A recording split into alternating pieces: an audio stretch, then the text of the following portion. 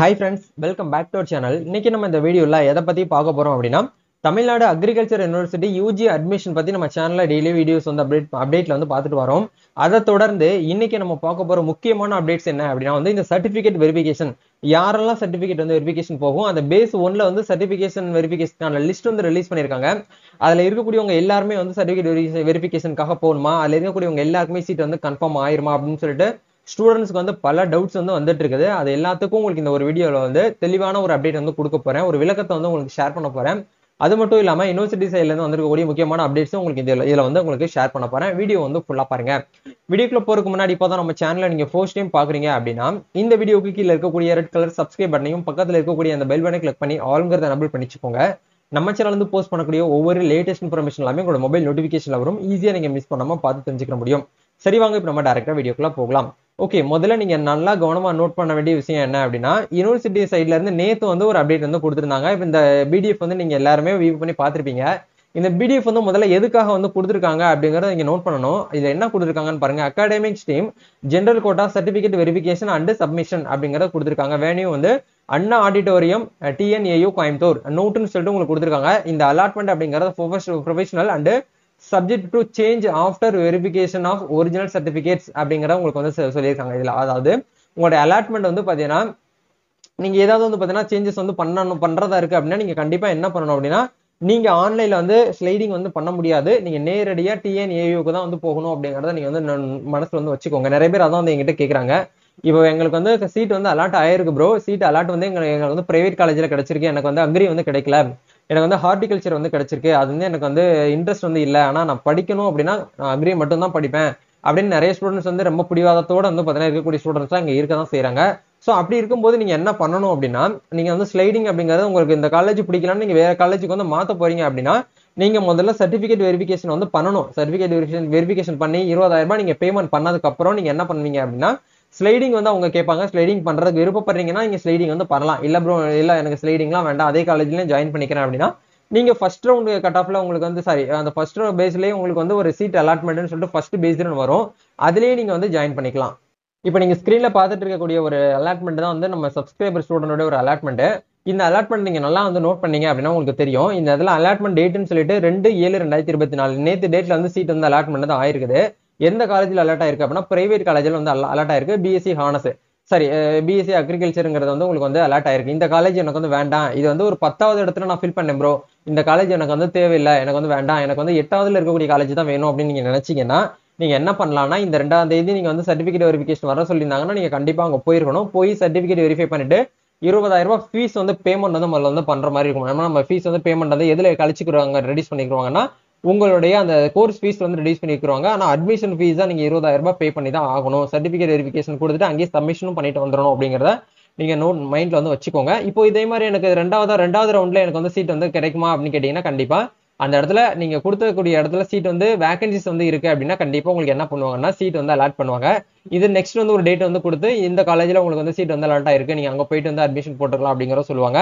So நீங்க என்ன பண்ணணும் அப்படின்னா வேகன்சிஸை பொறுத்த வரைக்கும் இப்போ மோஸ்ட்லி வந்து பாத்தீங்கன்னா ஃபர்ஸ்ட் ரவுண்ட் கவுன்சிலிங்ல ஃபர்ஸ்ட் பேஸ்டு கவுன்சிலிங்ல மோஸ்ட்லி எல்லாம் என்ன பண்ணிருப்பாங்க அப்படின்னா இந்த டேட்ல வந்து நீங்க 3ஆம் தேதி வர சொல்றாங்கன்னா இந்த 3ஆம் தேதியில இருக்கக்கூடியவங்க எல்லாருமே வந்து இந்த இடத்துக்கு போவாங்களா அப்படின்னு கேட்டீங்கன்னா கண்டிப்பா கிடையாது. அது கொஸ்டின் மார்க் தான்.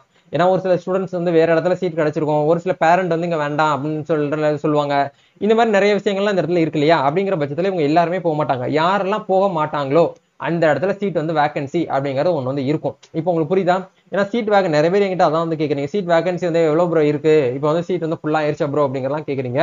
சீட் வேகன்சிஸை பொறுத்த வரைக்கும் அந்த இடத்துல ஒரு ஸ்டூடெண்ட்ஸ் வந்து போகல, அந்த இடத்துல போக மிஸ் பண்ணிட்டாங்க அப்படின்னா அந்த இடத்துல அவங்களுக்கு வந்து சீட் வந்து கிடையாது. அவங்களுக்கு வந்து நெக்ஸ்ட் லேட்டா போனாலும் சீட் வந்து கொடுக்க மாட்டாங்க. ஸோ அப்படிங்கிற ஸ்பாட்ல நம்ம வந்து அந்த டேட்டுக்குள்ள நம்ம வந்து என்ட்ரி ஆகி ஆஜராயிரணும் அப்படிங்கிறதா இந்த டிஎன்ஏயு பொறுத்த வரைக்கும். ஸோ இப்போ ஒரு ஸ்டூடெண்ட்ஸ் வந்து அந்த இடத்துல என்ட்ரி ஆகல, சர்டிபிகேட் வெரிஃபிகேஷனுக்கு வந்து போகல, ஃபீஸ் பேமெண்ட்லாம் பண்ணல அப்படின்னா அந்த சீட் வந்து ஹோல்ட் பண்ணிடுவாங்க. அந்த சீட் வந்து வேகன்சிஸ்ல போயிட்டு விழுந்துரும். அது வந்து அடுத்த கட்டத்துல யார் வந்து மார்க் இருக்காங்களோ அவங்களுக்கு அந்த சீட் வந்து ப்ரொவைட் பண்ணிடுவாங்க. இதுதான் வந்து பாத்தீங்கன்னா சீட் வேகன்சிஸ் அப்படிங்கறத பொறுத்த வரைக்கும் நம்ம வந்து சொல்லுவோம். அப்போ சர்டிபிகேட் வெரிஃபிகேஷன்னா என்ன அப்படின்னா ரொம்ப சிம்பிள்.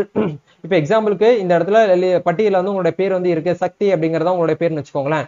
3ஆம் தேதி 2 மணிக்கு வந்து வர சொல்லியிருக்காங்க அப்படின்னா 3ஆம் தேதி இன்னைக்கு தான் 3ஆம் தேதி 2 மணிக்கு நீங்க போறீங்க. அந்த அண்ணா ஆடிட்டோரியத்துல வந்து உங்களுக்கு வந்து உங்களை மாதிரி நிறைய ஸ்டூடெண்ட்ஸ் அந்த இடத்துல வருவாங்க. உங்களுக்கு ஒரு டோக்கன் கொடுப்பாங்க. டோக்கன் கொடுத்து இத்தனாவது டோக்கன் அப்படிங்கிற மைக்ல கூப்பிடும்போது நீங்க வந்து நேரடியாக அங்கே போவீங்க, உங்க பேரண்ட்டை கூட்டிட்டு போவீங்க, சர்டிஃபிகேட் வெரிஃபிகேஷன்லாம் கேட்பாங்க.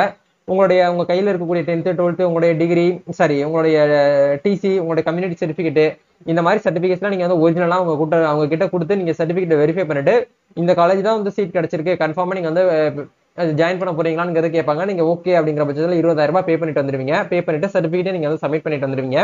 நெக்ஸ்ட் வந்து இல்ல ப்ரோ எனக்கு அந்த காலேஜ்லாம் எனக்கு வேண்டாம் அப்படின்னு நினைக்கக்கூடியவங்க நீங்க என்ன பண்ணுவீங்கன்னா, நீங்க அந்த இடத்துல ஸ்லைடிங் அப்படிங்கிற ஆப்ஷன் அவங்களே வந்து கேட்பாங்க.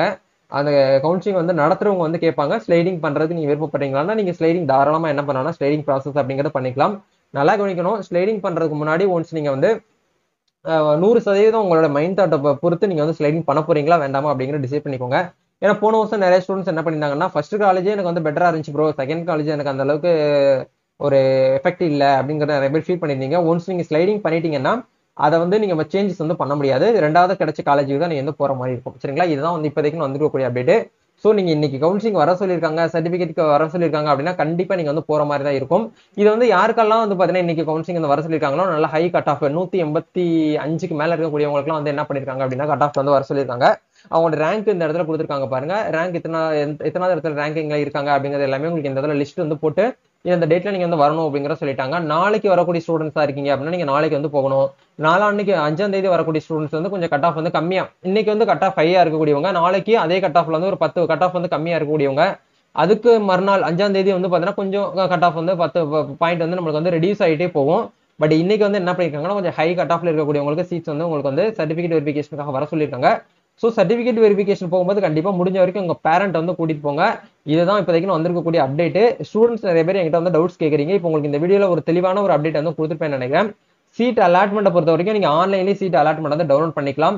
இதுல நிறைய ஸ்டூடெண்ட்ஸ் வந்து கேட்குறீங்க, ப்ரோ இந்த இடத்துல இந்த லிஸ்ட்ல வந்து என்னுடைய பேர் வந்து வந்திருக்கு, ஆனா சீட் வந்து எனக்கு வரல, சீட் அலாட்மெண்ட் வந்து வரல ப்ரோ, நான் வந்து இந்த இடத்துக்கு போகணுமா அப்படின்னு கேட்டீங்கன்னா கண்டிப்பா நீங்க வந்து போகணும்.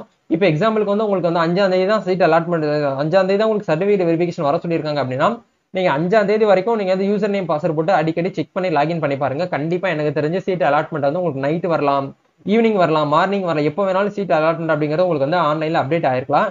ஸோ நீங்க சர்டிஃபிகேட் வெரிஃபிகேஷன் பண்றதுக்கு முன்னாடி கண்டிப்பா சீட் அலாட்மெண்ட் அப்படிங்கிறது உங்களுக்கு வந்து வந்திருக்கும். சீட் அலாட்மெண்ட் ஆன உடனே நீங்க என்ன பண்ணுங்க அப்படின்னா அதை பிரிண்ட் அவுட் எடுத்துட்டு உங்க அப்ளிகேஷன் ஃபார்ம் எல்லாம் நீங்க வந்து பிரிண்ட் அவுட் எடுத்துட்டு, அதாவது அந்த மை அப்ளிகேஷன் இருக்கு பாத்தீங்களா, அந்த அப்ளிகேஷன் நீங்க வந்து பிரிண்ட் அவுட் எடுத்துட்டு நேரடியா எந்த டேட்ல வர சொல்லியிருக்காங்களோ அந்த டேட்ல போயிட்டு ஆஜராயிக்கோங்க. உங்களை வர சொல்லலை அப்படின்னா நான் போலாமான்னு கேட்டீங்கன்னா நீங்க போகக்கூடாது. ஏன்னா வர சொல்லியிருக்கவங்களை மட்டும்தான் நீங்க வந்து என்ட்ரி ஆகணும் அப்படிங்கிறத நீங்க வந்து புரிஞ்சுக்கோங்க. இந்த வீடியோ உங்களுக்கு ஒரு தெளிவான ஒரு அப்டேட் வந்து கொடுத்துருப்பேன்னு நினைக்கிறேன். நம்ம நெக்ஸ்ட் ஒரு அப்டேட்ல மீட் பண்ணுவோம். தேங்க்யூ. இந்த வீடியோ முடிஞ்ச வரைக்கும் டிஎன்ஏயுக்கு யாரெல்லாம் வந்து அப்ளிகேஷன் ஃபில் பண்ணிட்டு கவுன்சிலிங்காக சிவிக்காக வெயிட் பண்ணிட்டு இருக்கவங்க அவங்க எல்லாருமே இந்த வீடியோ வந்து ஷேர் பண்ணி விடுங்க. நம்ம நெக்ஸ்ட் ஒரு another வீடியோல மீட் பண்ணலாம். தேங்க்யூ.